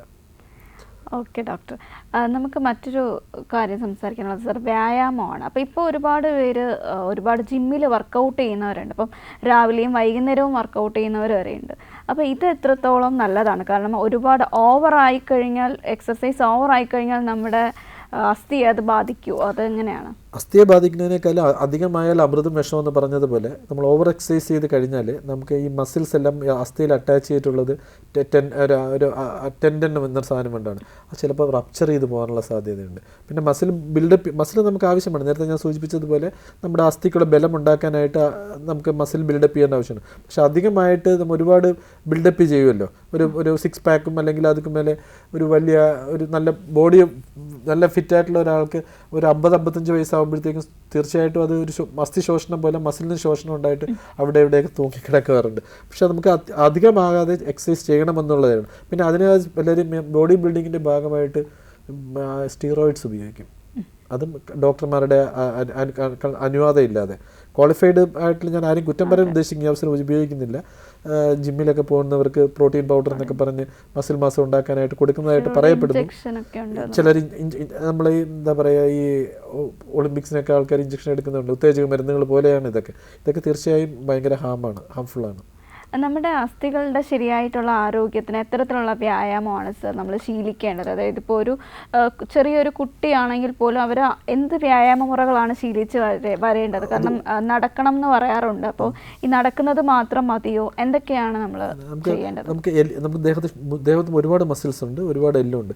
ഒരു ടോട്ടൽ എക്സസൈസ് എന്ന് പറയുന്നത് സ്വിമ്മിങ് ആയിരിക്കും. പിന്നെ നമുക്ക് ഓരോരുത്തർക്കും ചെയ്യാൻ പറ്റുന്ന എക്സസൈസ് ചെയ്യാൻ തന്നെ നമുക്ക് പറയാൻ പറ്റുള്ളൂ. ഇന്നൊരു സ്പെസിഫിക് എക്സസൈസ് എന്ന് പറയാൻ പറ്റില്ല. ഏറ്റവും ഐഡിയൽ ആയിട്ടുള്ള റണ്ണിങ് ആകുമ്പോഴത്തേക്കും ഒരുമാതിരി എല്ലാ മസിൽസും ബിൽഡപ്പ് ആവും. സ്വിമ്മിങ് വളരെ നല്ലതാണ്. വെയിറ്റ് ലിഫ്റ്റിങ്ങിൻ്റെ ഒക്കെ ഒരു പ്രശ്നം എന്താണെന്ന് പറഞ്ഞാൽ സ്പെസിഫിക് ഗ്രൂപ്പ് ഓഫ് മസിൽസ് മാത്രമേ അത് ബിൽഡപ്പ് ചെയ്യുന്നുള്ളൂ. ബാക്കി മസിൽസ് നമുക്കത് ക്വാളിഫൈഡ് ആയിട്ടുള്ള ആൾക്കാരുടെ സൂപ്പർവിഷനിലാണെങ്കിൽ they take care of everything. അപ്പോൾ നമ്മൾ സ്വയം ചെയ്യുമ്പോഴത്തേക്കുമാണ് ആൾക്കാർക്ക് ഓരോ ബുദ്ധിമുട്ടുകളൊക്കെ ഉണ്ടാകുന്നത്. Ideally swimming and walking will be the best. പിന്നെ നമുക്ക് ഓരോ സ്പെസിഫിക് ആയിട്ട് നമുക്കിപ്പോൾ ശരി ഒന്ന് ബൈസെപ്സ് ബിൽഡപ്പ് ചെയ്യണം, ട്രൈസെപ്സ് ബിൽഡപ്പ് ചെയ്യണം, അങ്ങനെ സ്പെസിഫിക് ഗ്രൂപ്പ് ഓഫ് മസിൽസിന് അത് ട്രെയിനറെ വെച്ച് ചെയ്യുന്നതായിരിക്കും ഉത്തമം. സർ അതുപോലെ തന്നെ സാർ പറഞ്ഞു നമുക്ക് ഒരു 50+ ഒക്കെ ആകുമ്പോഴേക്കും നമ്മുടെ ഈ കാൽസ്യം ലോസ് ഒക്കെ ഉണ്ടാവും എന്നുള്ളത് പറഞ്ഞു.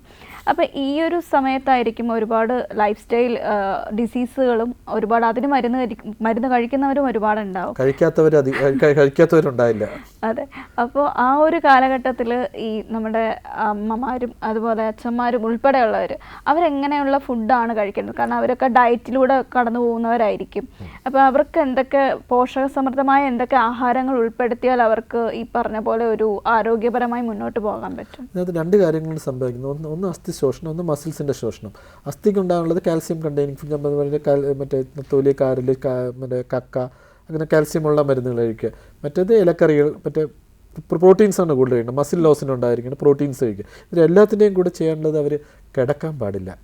മസിൽ എക്സസൈസ് ചെയ്തിട്ട് മസിൽ ലോസ് എന്തായാലും ഉണ്ടാവും. പക്ഷെ അതിൽ കൂടെ ലോസ് മെയിൻറ്റെയിൻ ചെയ്യാനായിട്ട് നമ്മൾ മസിൽ ബിൽഡപ്പ് ചെയ്യാനായിട്ട് എക്സസൈസ് ചെയ്യുക എന്നുള്ളതാണ് പ്രാഥമികപരമായിട്ടുള്ള ചെയ്യാനുള്ളത്. എപ്പോൾ അവർ എക്സസൈസ് ചെയ്യാതാവുന്നു അപ്പോൾ അവർക്ക് പണി കിട്ടുന്നു. പിന്നെ നമുക്ക് ഫുഡ് ആണ്, അതിനകത്ത് പ്രോട്ടീൻസ് ഉള്ള ഭക്ഷണം. ഇപ്പോൾ എല്ലാവരും കാർബ് കുറച്ചാണ് കഴിക്കുന്നത്, കാരണം അതിൽ ഫാറ്റി ലിവർ ഇല്ലാത്ത ആരും കാണത്തില്ല. അപ്പോൾ നമ്മളെല്ലാം 3 നേരം പഴങ്കഞ്ഞി ഉൾപ്പെടെ കഴിക്കുന്ന ആൾക്കാരാണ് നമ്മൾ. രാത്രി ചോറ് പോലും കഴിക്കാത്തവർക്കാണ് നമ്മളിപ്പോൾ ഒരു നേരത്തെ ചോറ് മാത്രം കഴിക്കുന്നവരായി തുടങ്ങി.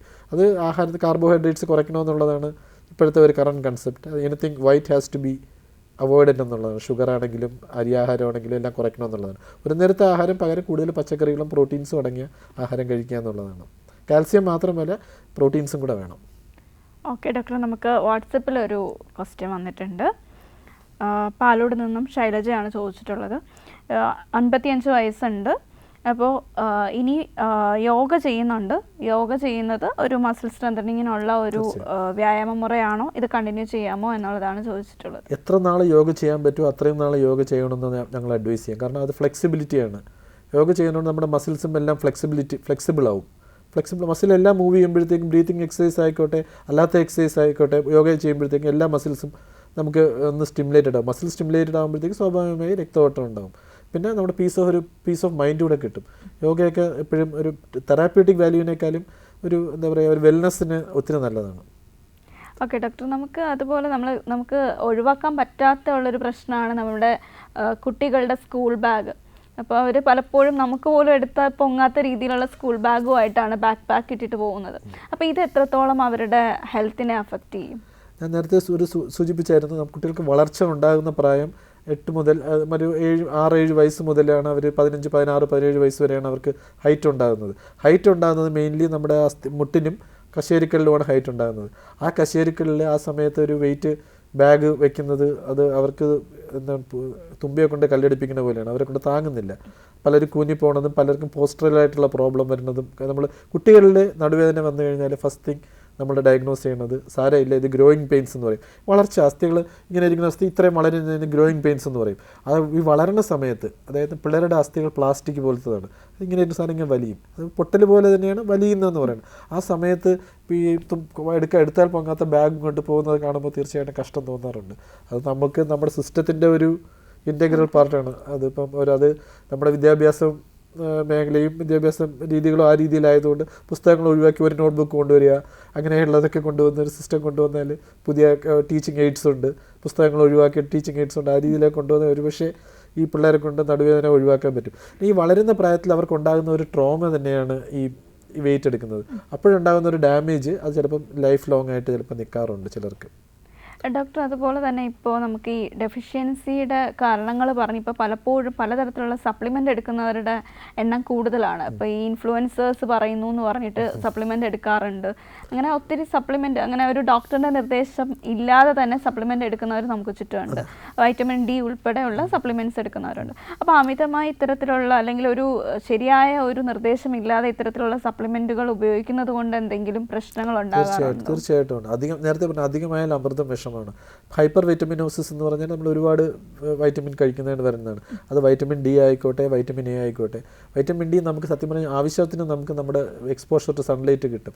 ഇപ്പോൾ നിങ്ങളെപ്പോലെയുള്ളവർ സ്റ്റുഡിയോയ്ക്കകത്ത് ഇരിക്കുന്നവർ അല്ലെങ്കിൽ കമ്പ്യൂട്ടർ സോഫ്റ്റ്വെയർ ഇരിക്കുന്നവർക്കാണ് വൈറ്റമിൻ ഡി. അതായത് ഏറ്റവും വലുതാണ് ഇവർക്കൊക്കെ ഈ മുടി കൊഴിച്ചിലുണ്ടാവും. അത് ഒരു മുടി കൊഴിച്ചിലുണ്ടെങ്കിൽ രണ്ട് കാര്യം, ഒന്ന് തൈറോയിഡ്, ഒന്ന് വൈറ്റമിൻ ഡി ഡെഫിഷ്യൻസി. അപ്പോൾ അവർക്കൊക്കെ വൈറ്റമിൻ ഡി സപ്ലിമെൻറ്റേഷൻ വേണം. നമ്മൾ സാധാരണ വൈറ്റമിൻ ഡി മാസത്തിൽ ഒരെണ്ണം ഒരു ടാബ്ലറ്റ് വെച്ച് കഴിച്ചോളാൻ ഞങ്ങൾ പറയാറുണ്ട്. കാരണം അവർക്ക് എല്ലാ വൈറ്റമിൻ എക്സ്പോസ് ടു സൺലൈറ്റ് അല്ല, അങ്ങനെ അവർക്ക് വൈറ്റമിൻ ഡി പക്ഷേ അധികമാകുമ്പോഴത്തേക്കും ഹൈപ്പർ വൈറ്റമിനോസിൻ്റെ സിംറ്റംസ് വരാം, തലവേദന വരാം. വൈറ്റമിൻ എ കൂടുതൽ കഴിച്ചു കഴിഞ്ഞാൽ ബ്രെയിനകത്ത് തന്നെ ചില സ്വെല്ലിങ്സ് ഒക്കെ വരാറുണ്ട്. അധികം അണ്ടർ ഡോക്ടർ സൂപ്പർവിഷൻ, ഇൻഫ്ലുവൻസേഴ്സ് അല്ല, ഡോക്ടർ സൂപ്പർവിഷൻ മാത്രമേ മരുന്ന് കഴിക്കാവുള്ളൂ എപ്പോഴാണെങ്കിലും. ഡോക്ടർ, ഈ സപ്ലിമെൻറ്റ് പോലെ തന്നെയാണ് പെയിൻ കില്ലേഴ്സ് വാങ്ങി കഴിക്കുന്നത്. പ്രത്യേകിച്ചും ഈ സാധാരണക്കാർ എന്തെങ്കിലും ഒരു വേദന വരുമ്പോൾ ഒരു പെയിൻ കില്ലർ വാങ്ങി കഴിക്കുന്നത് ഒരു പതിവാണ്. അപ്പോൾ ഈ പെയിൻ കില്ലേഴ്സ് അധികമായിട്ട് കഴിക്കുന്നത്, അല്ലെങ്കിൽ ഈ പെയിൻ കില്ലേഴ്സ് കഴിക്കുന്നത് നമ്മുടെ അസ്ഥികളുടെ ആരോഗ്യത്തിനെയോ അല്ലെങ്കിൽ കിഡ്നിയെ ബാധിക്കും എന്നൊക്കെ പറഞ്ഞു കേട്ടിട്ടുണ്ട്. അതിൽ എത്രത്തോളം യാഥാർത്ഥ്യമുണ്ട്? പെയിൻ കില്ലർ എന്ന് പറയുന്നത് നമുക്ക് വേദന വന്നാൽ പെയിൻ കില്ലറിലേ കഴിക്കാൻ പറ്റുള്ളൂ. പക്ഷേ ആ പെയിൻ കില്ലർ ഏതൊക്കെ പെയിൻ കില്ലർ കഴിക്കാം എന്നുള്ളത് കൃത്യമായും ഡോക്ടർമാർക്ക് മാത്രമേ അറിയാവുള്ളൂ. ഞാൻ 2 പെയിൻ കില്ലറുടെ പേര് ചോദിക്കാൻ പറഞ്ഞ് താങ്കൾ 2 പേര് പറയും, 2 പറയും, എന്തെങ്കിലും പറയും, 2 മരുന്ന് പറയിക്കുക. ഏത് മരുന്നാണെങ്കിലും നമുക്ക് ലിവറും കിഡ്നിയും വഴിയാണ് അത് എക്സ്ക്രീറ്റ് ചെയ്ത് പോകുന്നത്. അപ്പം ഒരു കിഡ്നി ഡാമേജ് ആയിട്ടുള്ള കിഡ്നിയുടെ അസുഖമുള്ള ഒരാളാണെന്ന് വിചാരിക്കുക, അല്ലെങ്കിൽ ലിവറിൻ്റെ അസുഖമുള്ള ഒരാളാണെന്ന് വിചാരിക്കുക. അപ്പോൾ ആ ലിവറിന് പിന്നെയും ടോക്സിക്കാണ്. ഇപ്പം ഞാൻ നേരത്തെ പറയേണ്ടത് നമ്മുടെ ഫാറ്റി ലിവർ ഇല്ലാത്ത ആരും മിക്കവാറും സ്കാൻ ചെയ്യുമ്പോഴത്തേക്ക് അതുമാതിരി എല്ലാവർക്കും ഫാറ്റ് ലിവർ ഉണ്ട്. അപ്പോൾ ലിവറിന് ചെറിയ ഡാമേജ് ഉണ്ട്. അതിൻ്റെ കൂടെ ലിവർ വഴി പോകുന്ന ഒരു വേദന സംഹാരിയാണ് കഴിക്കണമെന്നുണ്ടെങ്കിൽ അത് പ്രശ്നമല്ലേ. പിന്നെ കിഡ്നി വഴി പോകണമെങ്കിൽ ആൻറ്റി ഇൻഫ്ലമേറ്ററി ഉണ്ട്, അത് കഴിച്ചു കഴിഞ്ഞാൽ ഒരു സിംഗിൾ ഡോസ് ഓഫ് ഈ മരുന്ന് തന്നെ കിഡ്നി ഡാമേജ് ആയ കേസുകളും നമുക്കറിയാം. ഇപ്പോഴും നമ്മുടെ നാട്ടിലിപ്പോൾ ഏറ്റവും നല്ലൊരു കാര്യം സംഭവിച്ചിരിക്കുന്നതെന്ന് പറഞ്ഞാൽ ഓവർ ദ കൗണ്ടർ ആൻറ്റിബയോട്ടിക് കൊടുക്കത്തില്ല എന്നുള്ളതാണ്. ആൾക്കാർക്ക് ആൻറ്റിബയോട്ടിക്കും പെയിൻ കില്ലറും ഒരു അഡിക്ഷൻ പോലെയാണ്. ഞാൻ ഈ മരുന്ന് 10 ദിവസം കഴിച്ചിട്ടാണ് വരുന്നത് ഡോക്ടർ, ഞാൻ പിന്നെ എന്താ ചെയ്യേണ്ടത്? അപ്പോൾ നമുക്ക് ചെയ്യാനുള്ളത് ഏത് മരുന്ന് സേഫായിട്ട് കൊടുക്കാമെന്നുള്ളത് ഞങ്ങൾക്കറിയാം. അപ്പോൾ ഡോക്ടറെ കൺസൾട്ട് ചെയ്യുക, ഡോക്ടർ നിർദ്ദേശപ്രകാരം മാത്രമേ മരുന്ന് കഴിക്കുള്ളൂ. പിന്നെ ലിവറിൻ്റെയും കിഡ്നിയും നമുക്ക് അത്യാവശ്യമുള്ളതാണ്. അതിനല്ലാതെ തന്നെ ഡയബറ്റീസ് കൂടി വരുന്ന സമയമുണ്ട്. നമുക്ക് ഫാറ്റി ലിവർ അത് നമുക്ക് ഒരുപാട് എല്ലാവർക്കും ഉണ്ട്. ഇത് രണ്ടുമൊക്കെ ഉള്ള സ്ഥിതിക്ക് നമുക്ക് ഡോക്ടറുടെ നിർദ്ദേശപ്രകാരം മാത്രമേ പെയിൻ കില്ലർ കഴിക്കുള്ളൂ. പിന്നെ പെയിൻ എന്ന് പറഞ്ഞാൽ അത് എന്തുകൊണ്ട് പെയിൻ വന്നു അതാണ് നമ്മൾ ചികിത്സിക്കേണ്ടത്. അല്ലാതെ പെയിൻ കില്ലർ കൊടുത്ത് രോഗം മാറ്റുക എന്നുള്ളത്. എന്തുകൊണ്ട് പെയിൻ വന്നു ആ മൂല കാരണം ചികിത്സിക്കുകയാണ് നമുക്ക് വേണ്ടത്. അത് ഇൻവെസ്റ്റിഗേറ്റ് ചെയ്യണമെന്നുണ്ടെങ്കിൽ ഡോക്ടർ തന്നെ കാണണം. ഡോക്ടർ, അതുപോലെ നമ്മളിപ്പോൾ വീഴ്ചയിൽ ഒടിവ് പറ്റുന്നതിനേക്കാൾ വേദനയാണ് ഈ ലിഗ്മെൻറ്റിന് ഇഷ്യൂ വന്നാലെന്ന് കേട്ടിട്ടുണ്ട്. അപ്പോൾ ഈ ലിഗ്മെൻറ്റ് പ്രോബ്ലംസ് ലിഗ്മെൻറ്റിന് എന്തെങ്കിലും പ്രശ്നങ്ങൾ ഉണ്ടാകുന്നത് എത്രത്തോളം പ്രോബ്ലമാണ്? വേദന ഓരോരുത്തരുടെയും പെർസെപ്ഷനാണ്. ചിലർ എല്ലാം ഒടിഞ്ഞാൽ പോലും പയറുപോലെയിരിക്കും, ചിലർക്ക് ചെറിയ ലിഗമെൻറ്റ് പൊടിഞ്ഞാലും വേദന എടുക്കും.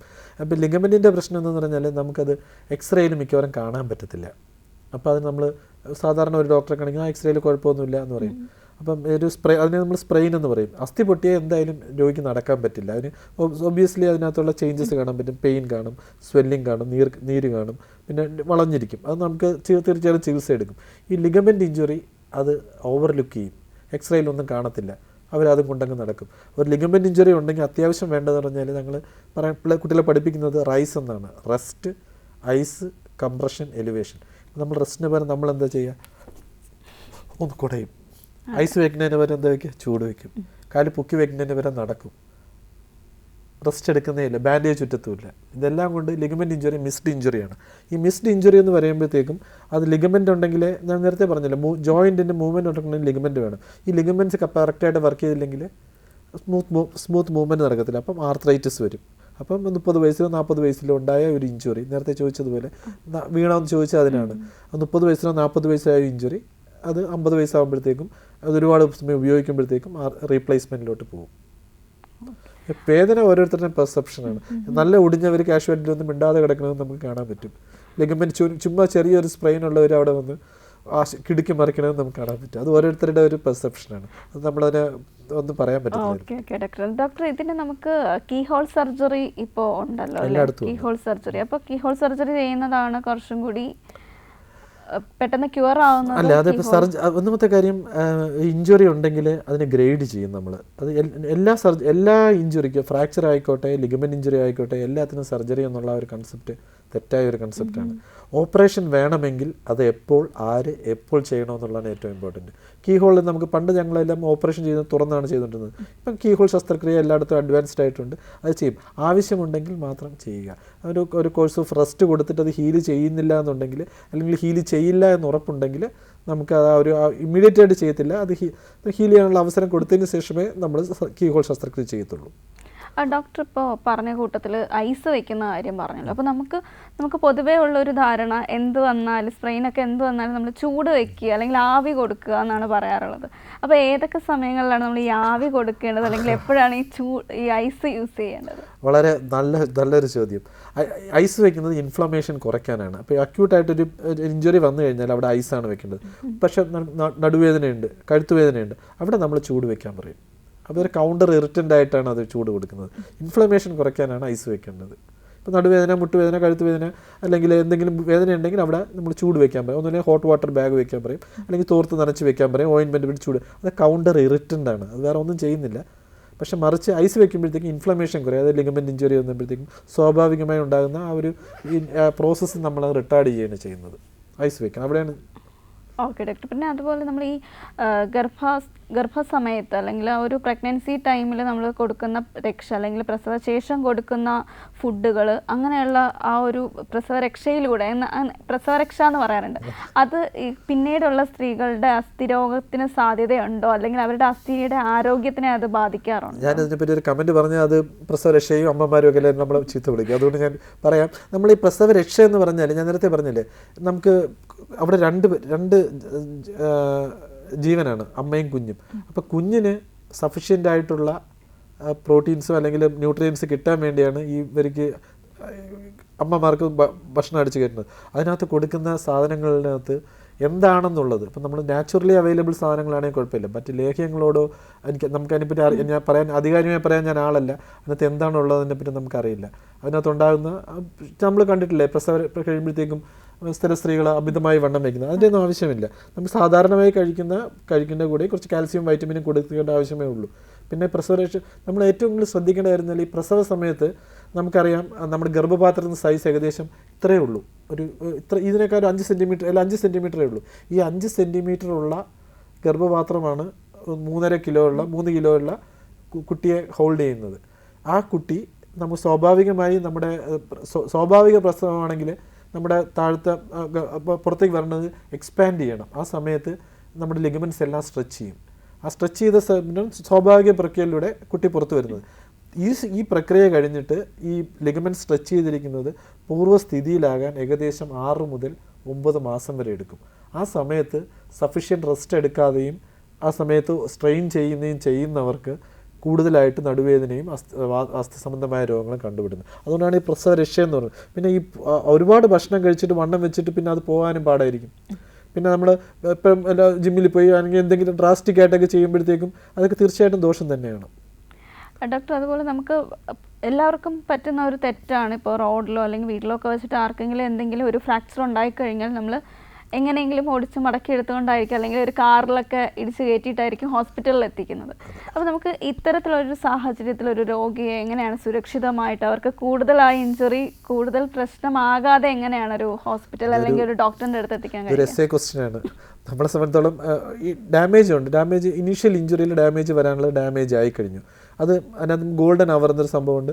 ആ സമയത്ത് ചില ഇഞ്ചുറീസ്, ഹാർട്ട്, ലങ്സ്, ലിവർ കുറേ ഇഞ്ചുറീസ് വന്നാൽ ഇനി ഗോൾഡൻ അവറിനകത്ത് തന്നെ ഇഞ്ചുറി ട്രീറ്റ് ചെയ്തില്ലെങ്കിൽ അത് രോഗിക്ക് അപകടം സംബന്ധിക്കും.